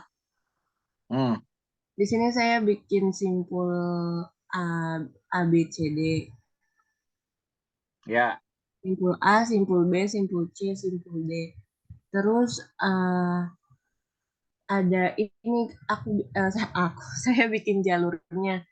Yang simpul A itu bisa ke B, bisa ke C, bisa ke D. Berarti kan 3. Terus simpul B bisa ke A, bisa ke C, bisa ke D. Itu 3. Terus simpul D juga bisa ke B, bisa ke A, bisa ke C, itu 3. Terus simpul C bisa ke A, bisa ke B, bisa ke D, itu 3. Ini kan kalau di total ada 12 ya Pak, berarti lintasannya. Terus karena ini lengkap semua, berarti pakai graf lengkap. Itu berarti buat nyari sisi E sama dengan MR per 2. N-nya simpulnya ada 4, terus derajatnya 3 dibagi 2, jadinya 6 sisi, Pak. Jadi kalau kita hitung ada 6 nih lintasannya, Pak. Ya. Gimana? Benar, Pak. Oke, terima kasih. Silakan stop share, Septi. Hasil perenungannya sudah cukup baik. Silakan, Triani. Apa ini?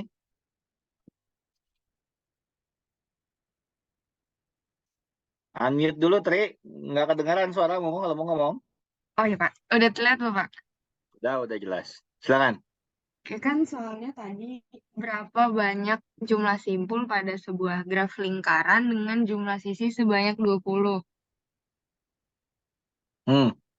Nah, kalau misalnya mau cari jumlah sisi itu kan kita pakai jumlah simpul dikali jumlah derajatnya dibagi 2 kan Pak, karena dia graf teratur. Nah, itu kita mau cari jumlah simpul. Jadi jumlah jumlah sisi dikali 2, dikali 2 itu karena derajatnya 2 Pak. Itu kan jumlah sisi dikali R dibagi 2 kan Pak harusnya. Dikali 2 dibagi jumlah ini. Jumlah derajat. Derajat dari mana R-nya? Itu kan R-nya kan yang ke bawah jadinya, Pak. Ya nggak sih, Pak? Ih, kamu ini gimana? Yang diketahui kan banyaknya sisi. Iya. Yang E-nya kan? Nah, yang dicari N-nya. Iya. R-nya diketahui nggak? Diketahui. Jadi derajat 2 Pak, lingkaran. Kenapa derajat 2? Karena dia graf lingkaran. Oke, lanjut. Iya, tuh R 2. Terus jumlah sisinya 20. Jadi jumlah simpulnya 20 kali 2 dibagi 2 itu 20 juga, Pak. Oke, gimana Dul? Benar, Pak. Ya, jadi karena lingkaran berarti R-nya 2 gitu ya, kira-kira ya? Iya, Pak. Iya, Pak. Oke, ingat ya, catat. Ya, Baik. terima kasih Tri. Makasih, Pak. Kita cuma 4 baris lama yang ngitungnya ya. Silakan Pak. stop share. Yang lain silakan. Sudah habis ya? Udah Pak, udah 6 Pak yang jawab. 6 ya. Oke. Baik. Jan, udah selesai belum Jan? Udah dari tadi Pak. Ya udah, coba share.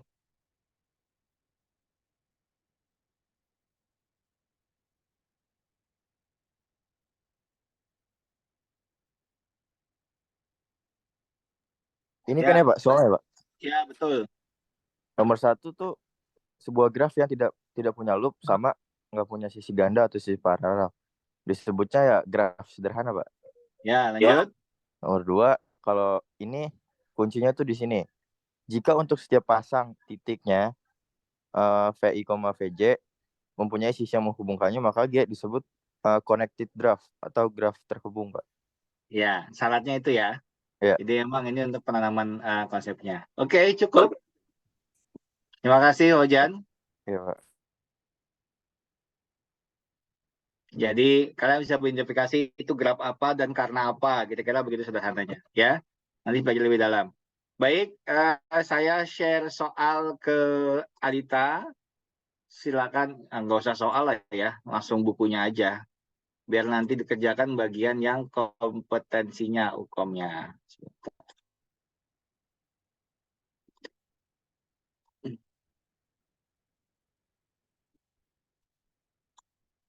Sebenarnya dulu saya waktu ngerjain skripsi, buku graf itu sendiri ada. Jadi tugas saya itu dulu tentang graf terakhir itu. Tapi bagian pewarnaan, pewarnaan dibahasnya di pertemuan keberapa? Tania? Salwa? Kenapa Pak? Yang mana? Di bagian berapa pewarnaan? Bagian 3, Pak. Bagian 3 ya. Oke. Nanti menarik itu pewarnaan. Sebenarnya kalau ini dijadikan tugas project bagus ini. Cukup Pak. Waduh. Cukup. Ya, saya mengusulin nggak usah ada UAS di project. Cuma kalau mau UAS ya nggak apa-apa. Tidak. Pak, ini kelompoknya aja kasihan Pak. Pelajaran setengah semester 1 pertemuan, Pak. Iya, betul banget tuh Pak, kasihan. Enggak itu, ternyata padat ya materi, tapi bagus kok penyampaiannya, cukup jelas dan teratur kok, runut dan jelas gitu ya, seperti mengembangkan media ya, runut ya. Baik, sudah saya share bukunya ke Adita, silakan dipelajari yang 1 sampai pertemuan 7 kalau nggak salah, gitu ya. Nanti sisanya untuk yang tahapan berikutnya untuk graf ya. Yang Euler dan Hamilton berikutnya terakhir kalau saya nggak salah tentang pewarnaan graf karena aplikasi dari itu sangat banyak ya pewarnaan graf itu. Baik, sampai sini cukup. Ada pertanyaan? Diam berarti setuju ya? Pak, mau nanya Pak, tapi Anikom. Kenapa, Adit? Dulu, saya closing dulu. Kalau beda itu. Oh iya, oke baik. Silakan Kak. Lagi? Cukup? Safety? Sudah Cukup, buka? Pak, cukup sekali. Cukup. Safety kayak mau jalan, Safety ya? Di Sabtu ya? Curiga saya nih. Enggak, Pak. Mau nyuci. Nyuci. Baik, terima kasih untuk hari ini. Sekali lagi saya mohon maaf atas ketidaknyamanannya untuk Sabtu pagi ini. Terima kasih untuk pengertiannya karena memang kemarin ada hal yang tidak bisa dielakkan. Ketemu lagi pekan depan, Dit atau jadwal Dit supaya bisa memenuhi perkuliahan, supaya kalau bisa pekan depan sudah clear sehingga pekan depannya minggu terakhir buat UAS itu sudah bisa dilakukan gitu ya. Karena kita udah satu pertemuan ya kalau nggak salah ya, benar Dit? Iya Pak. Silakan diatur jadwalnya ya. Berarti minggu depan kita 2 pertemuan Pak. Iya, supaya kalian bisa fokus ke ujian sebenarnya. Maksud saya begitu. Jadi silakan menyesuaikan diri aja gitu ya. Jadi jangan sampai minggu tegangnya benar-benar tegang karena ada ujian, ada yang belum selesai kuliah gitu ya. Oke, terima kasih untuk hari ini. Salam sehat semua. Assalamualaikum warahmatullahi wabarakatuh.